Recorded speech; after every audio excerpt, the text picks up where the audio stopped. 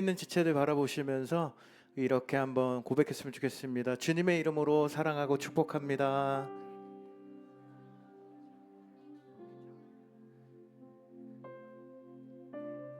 여름이 지나가고 있는 것 같습니다. 지난주에 물이 굉장히 많이 와서 인천 곳곳에도 막 물이 잠기고, 다행히 제가 그 지역들을 잘 피해 갔더라고요. 여러분 별일 없으셨죠? 올 여름 또 잘 보내고 올 한 해 다음 학기 마주하는 이 시점에 여러분들에게 하나님께서 새 힘을 주시기를 간절히 기도하겠습니다. 오늘은 요한복음의 말씀을 가지고 정죄의 돌, 속죄의 사랑이란 제목으로 여러분과 함께 말씀을 나누도록 하겠습니다. 여러분, 전 세계에는 유명한 그 사람들의 이름을 따서 지은 공항들이 많이 있습니다. 혹시 아시는 공항 있으신가요? 예. 예. 인천공항은 저도 알아요. 근데 아니, 사람의 이름인 김포 씨의 이름을 딴 건가요? 그거 아니잖아요. 사람의 이름을 따서 지은 공항들이 있습니다. 예를 들어 영국의 리버풀에 가면은 리버풀 공항 이름이 뭔지 아십니까? 리버풀 하면 떠오르는 그룹이 있어요. 처음 들어보시나요? 비틀즈 들어보셨죠? 비틀즈에서 제일 유명하신 분이 누구예요? 존 레넌이에요. 그래서 리버풀 공항 이름은 존 레넌 에어포트입니다. 처음 알았죠? 예, 뿌듯. 이탈리아 로마에 가면은 로마 공항 이름이 뭔지 아십니까? 레오나르도 다빈치 공항이에요, 여러분. 오늘 시작부터 좀 좋네요. 미국 뉴올리언즈에 가면은 루이 암스트롱 아시죠? 루이 암스트롱 공항입니다. 거짓말 아니에요, 여러분. 찾아보세요. 여러분, 그래서 우리나라 인천공항이 이걸 왜 띄워주죠, 지금? 우리나라 인천공항이 처음 지어질 때도 이것 때문에 말이 굉장히 많이 있었다고 합니다. 세종대왕 공항으로 하자라든지. 그런데 이제 나중에 세종시 공항이 세종공항이 돼가지고 좀 되게 애매한 어떤 그런 생각들이 있어서 무산이 됐다고 하는데, 그렇다면 여러분, 뉴욕의 대표 공항 하면 어떤 곳이 떠오르시나요? 뉴욕에 가보신 분, 인터넷으로 뉴욕에 가보신 분, 뉴욕에 가면은 이제 존 F 케네디 대통령의 이름을 따서 JFK 공항이 메인 공항으로 자리를 잡고 있습니다. 그런데 한인들이 많이 모여 살고 있는 뉴욕의 퀸즈 지역에는 좀 특이한 이름의 공항이 있어요. 그 공항의 이름이 뭐냐면 지금 띄워주시면 됩니다. 네, 무슨 공항이에요, 여러분? 라과디아 공항입니다. 저 사람 이름이 라가디아예요. 라가디아 맞나요? 라가디아? 라가디아 공항인데요. 이 이름은 무려 12년 동안 뉴욕 시장을 지냈던 피오렐로 라가디아의 이름에서 따온 공항이라고 이야기를 합니다. 근데 여러분, 이 사람의 일화를 들어보신 적이 있는지 모르겠는데요. 이 사람이 시장이 되기 전에 미국에서 판사 일을 하고 있었습니다. 근데 그가 판사로 있을 때 맡았던 재판이 지금도 아주 유명한 일화로 전해지고 있는데요. 아주 오래전 1935년에 미국 대공황의 혹독한 겨울 가운데 한 할머니가 굶주린 두 손자를 위해 빵 한 조각을 훔치다가 붙잡히게 된 거예요. 여러분, 이 라가디아 판사는 법에 따라 이렇게 선고했습니다. 뭐라고 선고했냐면 이 범죄에는 10달러의 벌금을 선고합니다. 그러나 이 범죄의 책임은 피고인만의 것이 아닙니다. 미국 정부와 저 자신도 이 노인을 굶게 만든 책임이 있습니다. 여러분, 이렇게 선언을 하고 나서요, 자신의 지갑에서 10달러를 꺼내 벌금을 대신 내고 법정에 있던 검사, 변호사, 경찰, 방청객들에게도 여러분들에게 가난한 사람을 외면한 책임이 있다라고 이야기하면서 모금을 요청했다고 합니다. 그래서 그날 그 자리에서 그렇게 모인 47달러 50센트는 그 할머니의 손에 쥐어진 채 다시 집으로 돌아가게 되었다고 합니다. 여러분, 이 판결은요, 법의 공의를 무너뜨리지 않으면서도 사랑과 자비로 한 생명을 살려낸 엄청난 사건이었습니다. 죄는 죄로 인정하되 그 대가를 대신 감당함으로써 이 할머니를 자유케 했다는 것인데요. 오늘 우리가 읽은 이 본문 요한복음 8장의 사건도 마찬가지입니다. 예수님은 이 구약의 율법을 부정하지 않으셨어요. 그러나 이 율법이 요구하는 정죄도 대신 오늘 제목과 같이 속죄의 사랑으로 오늘 본문에 등장하는 한 여인을 살리셨습니다. 저는 오늘 이 말씀을 통해서 주님이 어떻게 정죄 대신 속죄의 사랑을 우리 가운데 보여주시는지 이 말씀을 통해 함께 살펴보기를 원하는데요. 오늘 말씀은 분명한 의도를 가지고 예수님을 궁지로 몰아넣고보자 안간힘을 쓰고 있는 무리들과 그들에게 둘러싸여 심판의 두려움에 빠져 있었던 한 여인에 대한 이야기입니다. 오늘 사건은 음행 중에 잡힌 한 여인을 예수님 앞으로 끌고 나오면서 시작되고 있습니다. 오늘 본문에 보니까 이 여인의 제목이 무엇이었습니까? 뭐예요? 그녀의 제목은 바로 간음이었어요. 지금 바리새인과 서기관 무리들이 이 여인을 돌로 치라고 명한 모세의 율법에 대해 언급하고 있습니다. 이 언급하고 있는 것으로 볼 때 이 간음한 여인의 현재 상태는 약혼한 상태의 여인은 아니었을까라고 추정해 볼 수 있는데요. 구약성경 신명기 22장에 보면 그 율법에 의하면 이러한 기록이 성경에 등장을 하고 있습니다. 우리 23절 24절 말씀을 우리 한 목소리로 한번 읽어보도록 하겠습니다. 시작. 처녀인 여자가 남자와 약혼한 후에 어떤 남자가 그를 성읍 중에서 만나 동침하면 너희는 그들을 둘 다 성읍 문으로 끌어내고 그들을 돌로 쳐 죽일 것이니 그 처녀는 성 안에 있으면서도 소리 지르지 아니하였으며 그 남자는 그 이웃의 아내를 보였음이라. 너는 이같이 하여 너희 가운데에서 악을 제할지니라. 여러분, 약혼한 후에 동침하면 어떻게 된다고요? 성문 밖으로 끌어내서 돌로 치라라고 명령하고 있어요. 여러분, 이것이 당시의 구약 시대에 주어졌던 모세의 율법이었습니다. 오늘 이 여인은 약혼한 상태에서 자신의 정절을 지키지 않는 이 죄를 저질렀다는 거예요. 근데 여러분, 지금 이 고발의 현장, 이 여인을 끌고 나온 이 고발의 현장을 보십시오. 바리새인과 서기관 무리들에 둘러싸인 이 여인의 현재 상황은 굉장히 긴박하고 굉장히 극적이고 굉장히 어둠 가운데 있는 상황이라고 할 수 있는데, 근데 지금 벌어지고 있는 이 고발의 현장은 한편으로 매우 의도적인 상황이었다는 것을 발견하게 되는데요. 지금 바리새인과 서기관들이 예수님 앞에 이 여인을 데리고 온 실제 이유는 단순히 이 여인이 죄를 저질렀기 때문에 사형에 처해 주십사 사형 판결을 요청하기 위함만이 아니었습니다. 그들의 지금의 진짜 목적은 이 여인에 대한 예수님의 판단을 통해 예수님을 궁지에 몰고자 하는 그들의 감춰진 속셈이 숨겨져 있는 상황이었는데요. 이미 그때 당시, 오늘 본문 당시에 예수님의 그 영향력이 계속해서 유대 지역과 이 곳곳에 확대되어지던 그 시점에 사람들이 예수님을 경계하며 어떻게든 예수님을 체포하고자 하여 고속거리를 확보하기 위해 의도적으로 이 상황을 만들어 주님 앞에 가지고 나온 상황이었다는 것입니다. 여러분, 그 근거가 무엇이냐면 오늘 조금 전에 읽었던 신명기에 기록된 율법에 보면 분명 간음한 여인만이 아닌 남자와 여자 모두를 어떻게 하라고요? 돌로 쳐 죽이라고 명령하고 있는 것이 모세의 율법이었습니다. 그런데 지금 이 본문의 남자는 어디에 있습니까? 어디 갔어요? 여러분, 간음은 혼자 할 수 있는 죄입니까? 어디 간 거예요? 현행범으로 발각되자마자 남자 혼자 튄다. 여러분, 가능한 이야기입니까? 어서 오세요.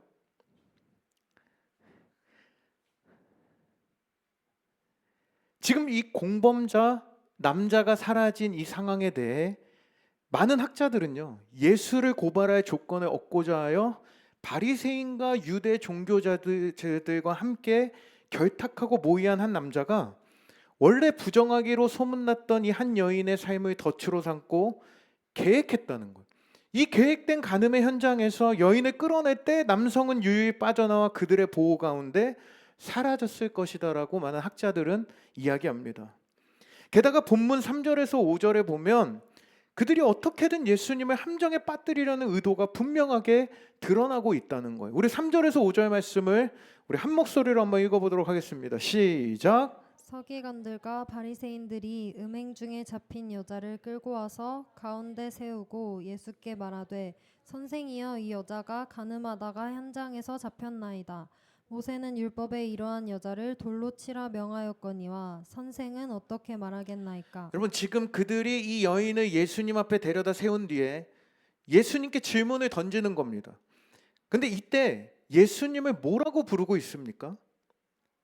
예수께 말하되 선생이여라고 부르고 있다는 거예요. 여러분, 지금 이곳에서 선생이여라고 부르는 이 단어가 흔히 유대인들이 사용하는 랍비라는 이 단어가 아닌 디다스칼로스라는 단어로 호칭으로 예수님을 부르고 있었다는 겁니다.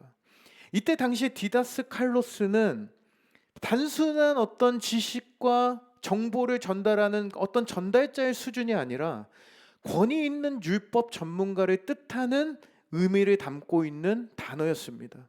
마치 바리새인과 율법학자들이 예수님을 권위 있는 율법학자로 인정하는 듯한 호칭이었지만 당시 디다스칼로스라고 불린 사람이 율법에 대한 질문에 대답을 똑바로 못하거나 회피할 경우에 여러분, 이것이 굉장히 큰 수치와 굴욕으로 간주되던 시대였다는 거예요. 다시 말해 자신들의 질문에 대한 답변의 책임을 강조하고 예수님께 부담을 지우기 위해 굳이 이 호칭으로 예수님께 나아가 부르고 있었다는 것입니다. 무슨 말이에요? 존경의 표현, 선생님이요, 어떤 이러한 존경의 표현이 아니라 그들이 파놓은 덫이었던 것을 우리는 이 부분을 통해서 알 수 있는 부분인데요. 근데 지금 이 간음한 여인을 돌로 칠까요? 치지 말까요? 라는 그들의 질문에 여러분, 이 질문은 굉장히 함정이 있는 질문이었어요. 예수님이 그래, 이 여인이 잘못했으니까 가서 돌을 던져! 열심히 던져라고 해도 문제이고요. 하지 말라라고 명령을 해도 예수님이 함정에 빠질 수밖에 없는 상황이었습니다. 만약에 그들을 돌로 쳐 죽이라, 그녀를 돌로 쳐 죽이라고 예수님이 말씀하신다면 그동안 예수님이 이 땅에서 말씀을 선포하시고 창기나 세리나 이런 죄인들, 사회적인 약자들의 편에 서시던 그 자신의 사역과 가르침에 반하는 선택이 되는 것이고요. 만약 이 여인을 살려주라고 말씀하신다면 뭐예요, 여러분? 어떻게 되는 거예요? 모세가 정한 하나님의 율법과 정면으로 부딪히는 그런 상황이 되는 것입니다. 여러분, 지금 예수님이 이들의 질문 앞에 어떤 대답을 하든 간에 예수님을 피해갈 수 없는 궁지로 몰아놓고 정죄의 자리에 놓일 수밖에 없는 안타까운 상황이었다는 거예요. 지금 이곳에 모여있는 바리새인과 서기관들이 예수님이 어떠한 대답을 하실지, 어떤 대답을 통해 예수님을 단죄할 수 있을 것인지에 혈안이 되어 있는 상태였습니다. 마치 먹잇감을 쫓는 어떤 이리떼와 같은 그런 모습이었는데요. 여러분, 저는 이번 이 한 주간 이 말씀을, 이 본문을 묵상하면서 이곳에 끌려온 이 간음한 여인과 그녀에게 돌을 던지자고 선동하며 동시에 예수님을 체포하고자 은밀히 계획하고 시행하는 이 바리새인과 종교 지도자들의 모습을 바라보면서 저는 이들의 모습 안에 우리 인간의 비참한 모습의 전형을 그들이 담고 있다는 것을 깨닫게 되었는데요. 여러분, 지금 이 자리에 검은 의도를 품고 주님 앞에 나온 한 무리들이 있었습니다. 그리고 그 무리들에 둘러싸여 언제 날아올지 모를 돌을 기다리며 두려움에 떨고 있는 한 여인이 이 자리에 동시에 있었습니다. 여러분, 이것을 다시 말하면 어떤 사람들이 지금 이 자리에 모여 있는 것이에요? 어떤 사람들이 모여 있습니까? 한 죄인을 심판하려고 모인 수많은 죄인들과 그리고 심판받을 한 명의 죄인이 모여 있었다는 겁니다. 여러분, 이 두 그룹의 죄인들이 한 자리에 서 있는 장면이 여러분 바로 이것이 우리가 살고 있는 이 세상의 모든 인간의 비참한 상태가 아닙니까? 하나님 앞에서 인류의 대표였던 아담이 범죄한 이후에 태어난 우리 모든 인간은 바로 여러분 이 세상의 모든 인간은 이 두 부류로 나뉘어진다는 사실입니다. 철저히 자신의 죄인됨을 인정할 수밖에 없는 죄인들과 끝내 발각되지 않는 완전한 범죄자들. 여러분, 인간이 이 두 부류에 속한다고 이야기한다면 저와 여러분은 어디에 속한 사람들이십니까? 여러분, 우리 모두는 오늘 이 질문, 이 피해갈 수 없는 질문 앞에 서야 되는 거예요. 이것이 바로 하나님 앞에 우리 존재에 대한 인식이자 직시이기 때문인데요. 그렇다면 오늘 현장범으로 잡힌 이 여인은 그렇다 치더라도 여러분, 오늘 이 의도적인 함정을 가지고 예수님 앞에 선 이 무리들의 상태는 어떠한 상태였습니까? 의도적으로 한 여인의 인생과 함께 예수님을 정죄하고자 하는 그들의 상태는 영적으로 굉장히 위험한 상태였다는 거예요. 겉으로는 누구보다 율법을 지켰다고 말하는 바리새인과 율법학자들이었습니다. 여러분, 그렇기 때문에 실제 이 여인을 향해 손가락질을 하고 돌을 던지자고 말하는 그 사람들은 행위적으로, 도덕적으로는 월등히 이 여인보다 나은 삶을 살았을 거예요. 하지만 그들은 자신이 옳다고 생각할 뿐만 아니라 내가 과연 무조건 옳은가에 대한 물음을 스스로에게 던질 필요조차 느끼지 못하는 영적으로 닫혀진 어두운 상태였다는 것입니다. 지금 이 무리들의 특징은 한 인생을 정죄하고 단죄하기에는 매우 열심인 그들의 모습이었지만 그 열심 뒤에는 자신의 어떤 정당성과 의로움을 입증하고 인정받으려는 강렬한 욕구들이 그 내면 가운데 숨겨져 있었다는 거예요. 상대의 잘못을 지적해야만 내가 옳은 사람이 되고요. 상대를 부정해야 나를 긍정할 수 있고요. 상대를 정죄해야 나의 부족함을 방어할 수 있는 이 본성. 근데 여러분, 이 본성은 오늘 이곳에 적혀 있는 바리새인들의 모습만이 아닌 우리 인간 안에 내재된 죄악된 본성이라는 사실이에요. 사랑하는 여러분, 오늘 우리 안에 다른 사람을 향해 정죄하는 일에 마음이 사로잡히게 될 때, 여러분, 우리는 우리 스스로를 하나님 앞에 다시 한번 돌아볼 수 있어야 합니다. 나는 과연 이것을 통해 무엇을 얻으려 하는가? 내가 혹시 누군가를 판단하고 비난하면서 상대적으로 나는 더 옳다고 스스로를 위로하고 있지는 않은가? 혹시 내 불만과 분노와 채워지지 않는 감정과 사랑의 결핍을 상대를 향한 정죄와 비난으로 해소하고 있지 않은가? 나만 의롭다는 생각에 습관적으로 비난에 퍼붓고 있지는 않는가? 이 정죄와 비난을 통해 나에게 무슨 유익인가? 여러분, 이러한 것들을 우리 스스로가 질문해 봐야 된다는 거예요. 여러분, 저는 우리 청년함대 공동체 안에 하나님의 말씀의 기준을 가지고 올바른 판단과 겉면은 살아있듯 맹목적인 비난과 정죄를 비롯해 습관적인 뒷담화가 뿌리 내리지 않는 공동체가 되기를 주님의 이름으로 축원드립니다. 은혜를 나누고 사랑을 나누고 복음을 나누고 하나님의 그 사랑과 복음을, 말씀을 서로가 공유하는 아름다운 공동체가 되길 주님의 이름으로 축복합니다. 우리 옆에 있는 지체들에게 이렇게 고백합시다. 주님의 이름으로 사랑합니다. 좀 더 큰 소리로 한 번 더 옆에 다른 사람들에게 한번 고백해 볼까요? 시작. 사랑 고백을 너무 오랜만에 받아보시는 것 같아요. 굉장히 오글거려하는 그 모습. 여러분, 이제 그들에게 이러한 죄인들을 향해 답하시는 예수님의 응답을 우리 함께 살펴보기를 원하는데요. 우리 6절에서 7절 본문 말씀을 우리 한 목소리로 한번 읽어보도록 하겠습니다. 시작. 그들이 이렇게 말함은 고발할 조건을 얻고자 하여 예수를 시험함이로라. 예수께서 몸을 굽히사 손가락으로 땅에 쓰시니 그들이 묻기를 마지 아니하는지라. 이에 일어나 이르시되 너희 중에 죄 없는 자가 먼저 돌로 치라 하시고. 여러분, 지금 예수님이 이러한 난처한 질문을 받으신 뒤에 무엇을 하셨다고 기록하고 있습니까? 몸을 굽히사 손가락으로 땅에 무언가를 쓰셨다고 기록하고 있습니다. 여러분, 지금 많은 사람들이 이 여인을 돌로 치게 하소서 라고 말하는 이 상황이요. 돌로 치게 하소서, 이렇게 이야기하고 있었을까요? 여러분, 시위대와 같이 소동하고 고성과 남동이 난무하며 아주 정신이 없는 상황이었을 겁니다. 그런데 그 가운데 지금 예수님이 갑자기 몸을 숙여 땅바닥에다가 못 앉겠다. 땅바닥에다가 글씨를 적고 있었다는 거예요. 여러분, 이 예수님의 행동은 무엇을 의미하는 것일까요? 당황하셨을까요? 할 말이 없으셔서 고민이 필요하셨을까요?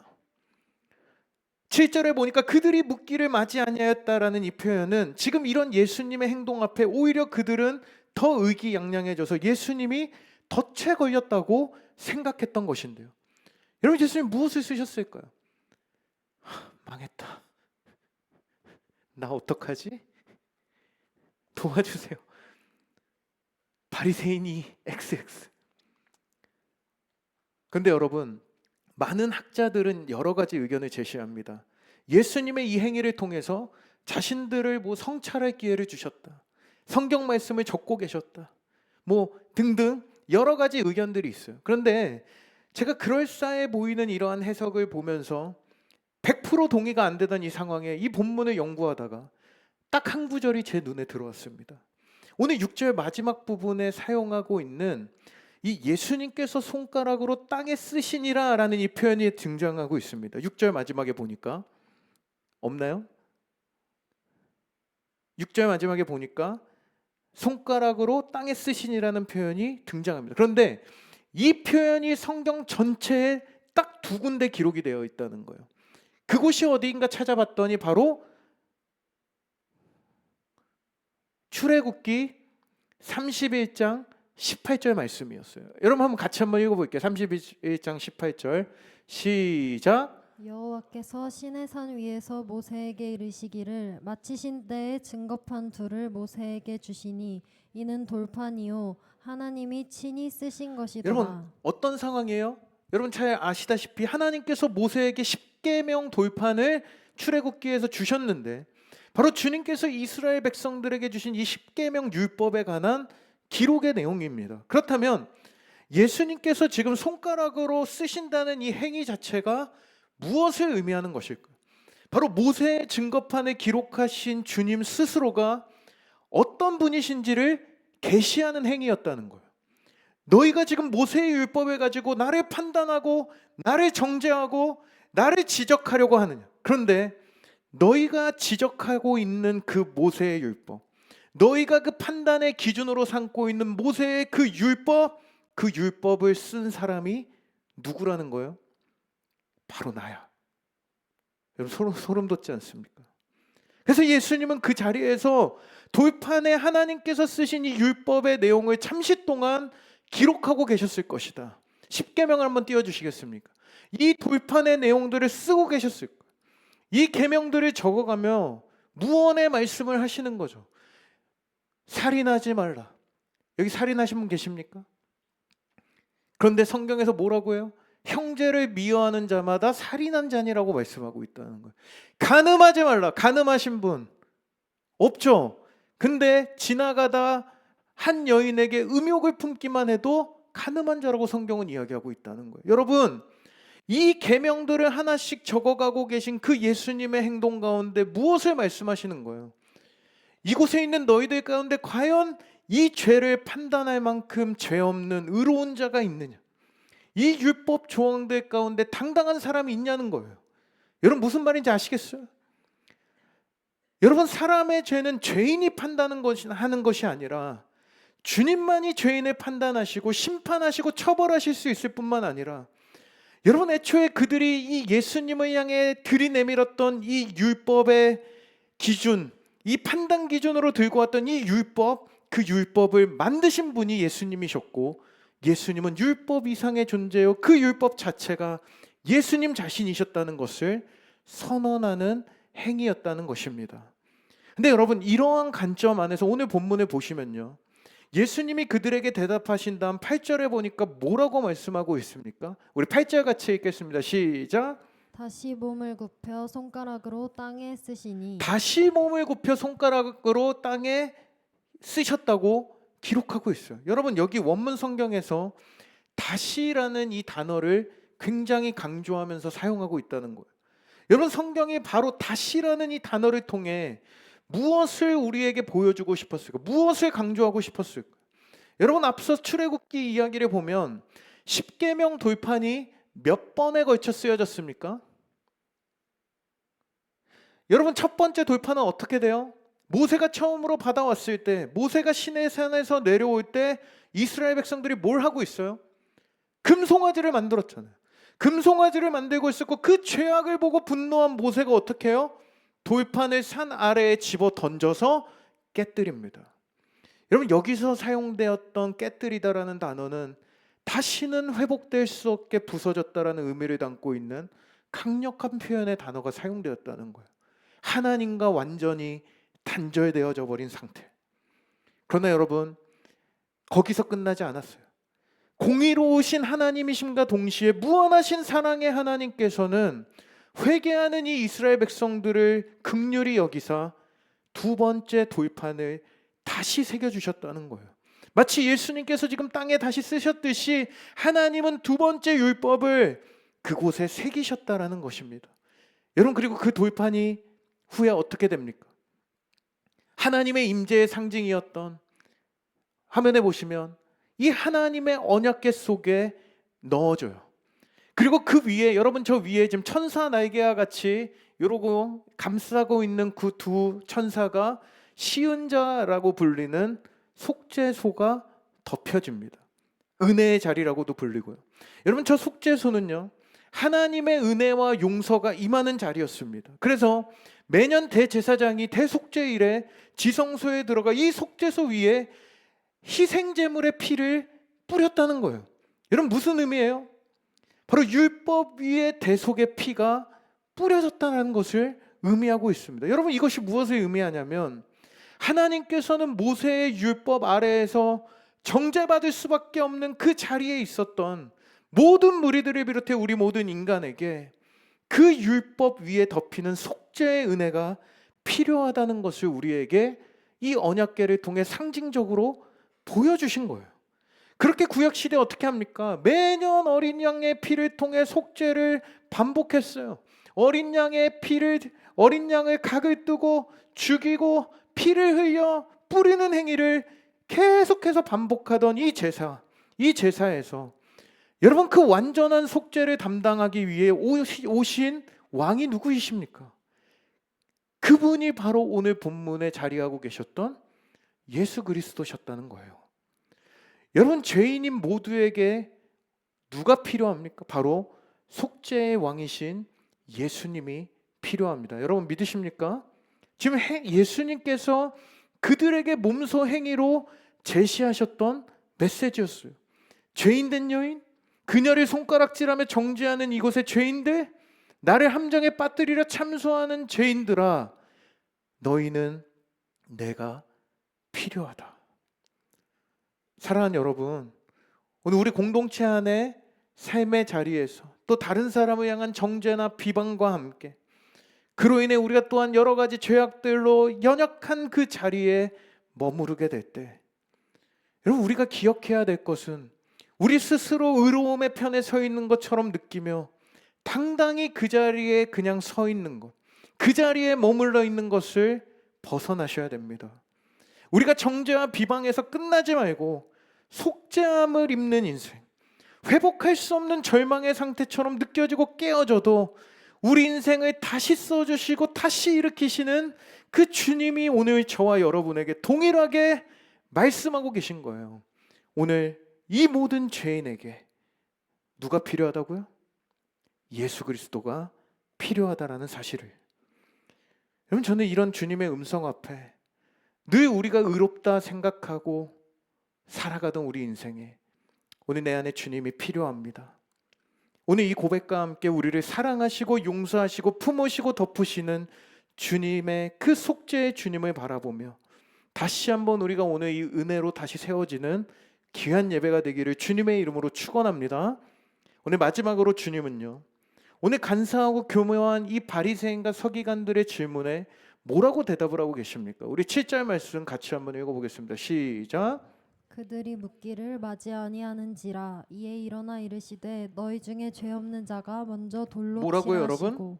죄 없는 사람이 돌로 치라는 거예요. 여러분, 이 예수님의 대답은 그 누구도 반박하거나 꼬리를 물 수 없는 가장 완벽한 대답이었습니다. 여러분, 이곳에 있었던 그 여인, 죄를 범한 그 여인이, 이 여인은 죄가 없다라고 말씀하신 것이 아니라 돌로 치라고 하셨다는 거예요. 예수님은 이 여인의 죄를 분명히 정죄하셨습니다. 인정하셨습니다. 이것은 율법에 어긋난 죽음에 이르는 죄라는 것을 인정하셨어요. 그러나 동시에 예수님은 심판자로서 정죄할 권리가 있으심에도 오늘 그녀에게 놀라운 긍휼과 자비를 베풀고 계셨다는 것입니다. 여러분, 이 말씀은 여인만이 아니라 무리들에게도 향하고 있었던 거예요. 너희가 이 죄를 이렇게 다루려 한다면, 너희가 이 여인의 죄를 정죄하고 단죄하고자 한다면 너희 역시 모두 심판을 피할 수 없는 죄인이다. 여러분, 예수님은 그들의 숨겨진 죄를 드러내시고요, 은혜 없이는 누구도 설 수 없는 존재임을 모두에게 선언하고 계셨다는 거예요. 여러분, 이런 예수님의 완전한 대답 앞에 오늘 본문에 어떤 일이 벌어지고 있습니까? 다행히도 이렇게 기록을 하고 있습니다. 우리 9절 말씀 같이 읽겠습니다. 시작. 그들이 이 말씀을 듣고 양심의 가책을 느껴 어른으로 시작하여 젊은이까지 하나씩 나가고 오직 예수와 그 가운데 섰는 여자만 여러분, 남았더라. 그들이 예수님의 말씀을 듣고 어떻게 했다고요? 가책을 느꼈다고. 살기가 등등하던 그들이 숙연해지더니 한 명 두 명 들고 있던 돌을 내려놓고 떠나갔습니다. 여러분, 그들에게 어떤 일이 일어난 것입니까? 그들은 지금 그 순간 주님의 이 말씀을 통해 자기 스스로의 모습을 보게 된 거예요. 자기들의 현 모습을 보게 된 겁니다. 그들은 자신에게도 부정할 수 없는 죄와 연약함이 있다는 것을 인정하게 됐다는 거죠. 여러분, 요즘에 SNS나 커뮤니티나 여러 곳에서 누군가의 실수가 드러나면 어떻게 합니까? 사람들은 너나 할 것 없이 돌을 던집니다. 악플을 달아요. 근데 가만히 보면 가장 큰 소리로 가장 거친 말을 하는 사람일수록 대부분은 자기 안의 문제를 들키지 않으려는 경우가 너무나 많다는 거예요. 한 유명한 작가분께서 이런 말씀을 하셨습니다. 만약 지금 이 시대에 죄 없는 자가 돌로 치라고 예수님께서 말씀하셨다면 아마 가장 죄 많은 사람이 가장 큰 돌을 가지고 와서 던졌을 것이다. 마치 자신의 죄를 가리기 위해 더 큰 죄를 다른 사람에게 던져버리는 것이죠. 예수님의 시대라면 돌이었고요, 오늘날에는 손가락과 키보드가, 그리고 뒤에서 이루어지는 수많은 말들이, 거짓 뉴스들이 그 돌이 되어져 버리고 말았다는 것입니다. 여러분, 이것이 바로 죄 없는 자가 돌로 치라는 말씀 앞에 서지 못하는 인간의 완악한 모습의 한 예라고 할 수 있는데요. 하지만 다행히도 자신들의 실상을 직면하고 하나둘씩 돌을 내려두고 흩어집니다. 그녀를 위협하던 성난 군중들은 되돌아갔어요. 이 시간 예수님의 선언 앞에 일어난 이 영적인 변화는 오로지 현행법으로 잡혀왔던 이 여인에게만 향했던 것이 아니라 그곳에 모였던 수많은 죄인들에게 동일하게 향했고, 그날 이후 그곳에 있던 사람들 가운데 분명 진정한 회개와 함께 변화된 인생들이 있었을 것이라고 여러분, 저는 분명하게 확신합니다. 여러분, 그렇게 주님은 말없이 땅 위에 무언가를 쓰고 계셨고, 이제 현장에는 누가 남았어요? 모든 사람들이 떠나가고 예수님과 여인, 이제 단 두 사람만이 남게 됩니다. 여러분, 이것이 바로 우리가 살아가며 마주해야 될 가장 근본적인 장면이에요. 주님 앞에 서는 시간, 주님의 눈앞에 숨김없이 들어가는 그 순간에야 비로소 우리의 삶에 참된 회복과 구원이 임하게 된다는 사실입니다. 여러분, 그 율법을 가지고 정죄하던 그 사람들은 떠나갔지만 그녀의 앞에는 여전히 율법을 완전히 이루신 심판자이신 예수님이 서 계셨다는 거예요. 그분의 눈은 그녀의 죄를 깊이 통찰하면서도 동시에 말할 수 없는 긍휼로 가득 차 있는 눈빛이었습니다. 여러분, 그 눈앞에서 그녀는 숨길 것도 변명할 것도 없었어요.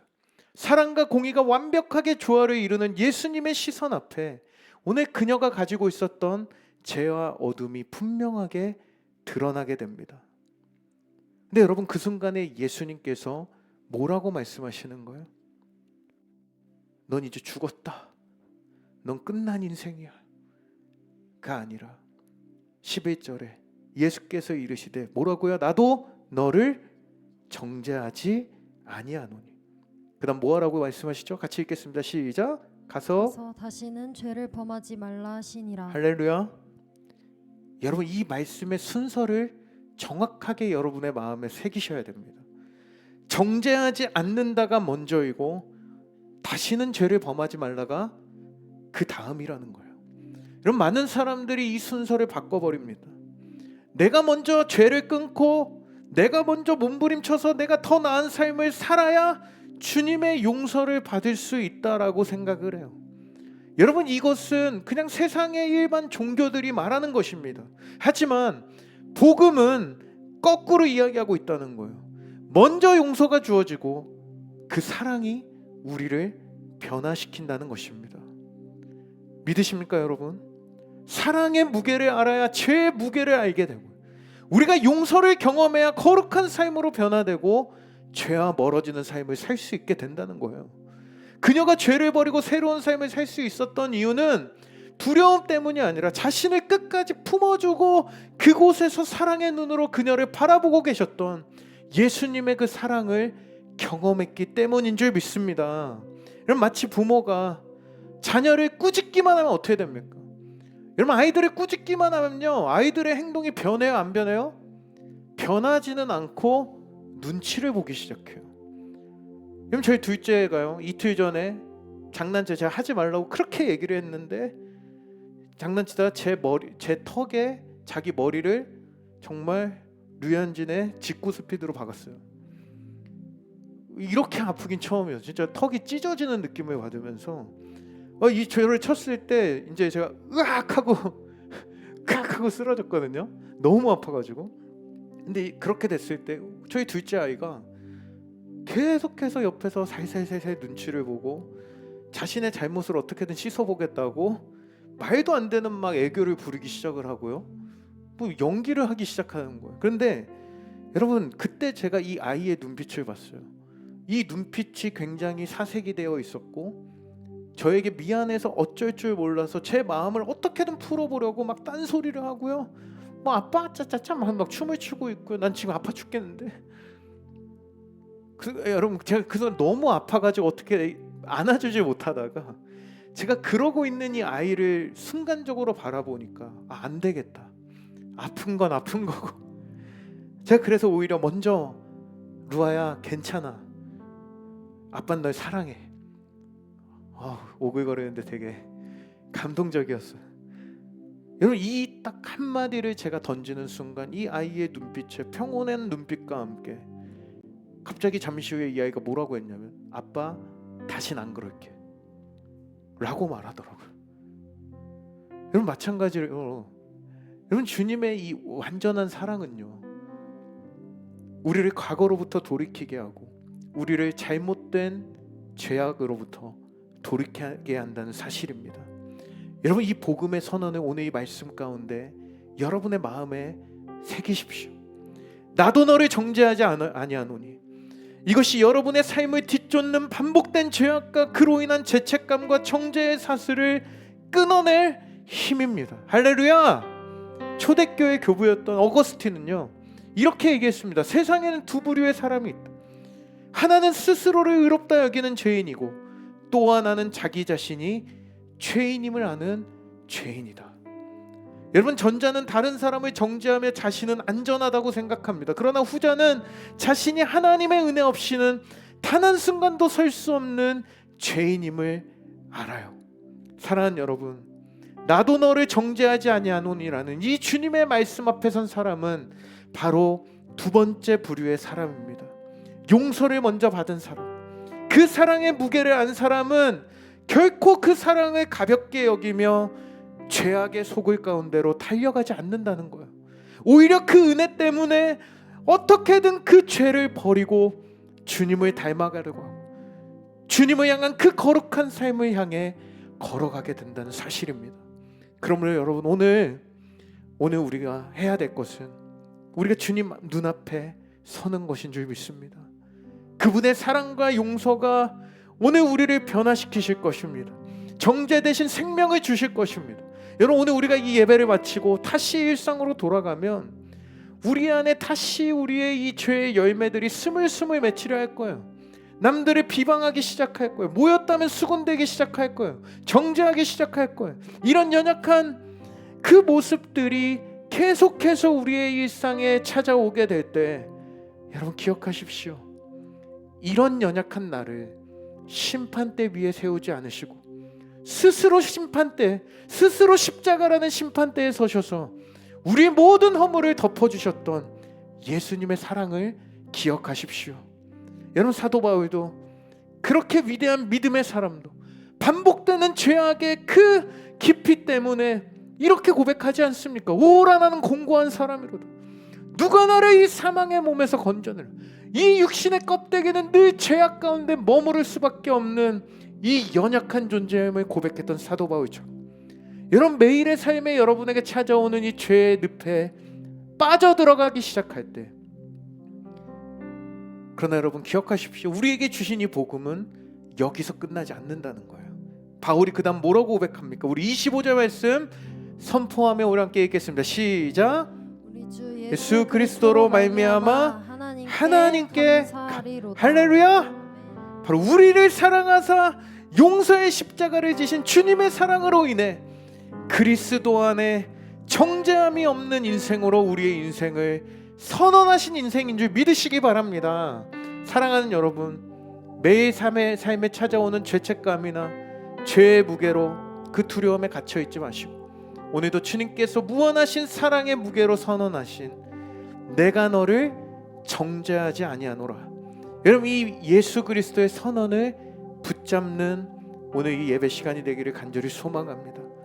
그때 그 은혜가 여러분을 자유케 하고 거룩과 순종의 길로 걸어갈 수 있는 예수님을 닮은 주님의 자녀로 살아가게 하실 줄 믿습니다.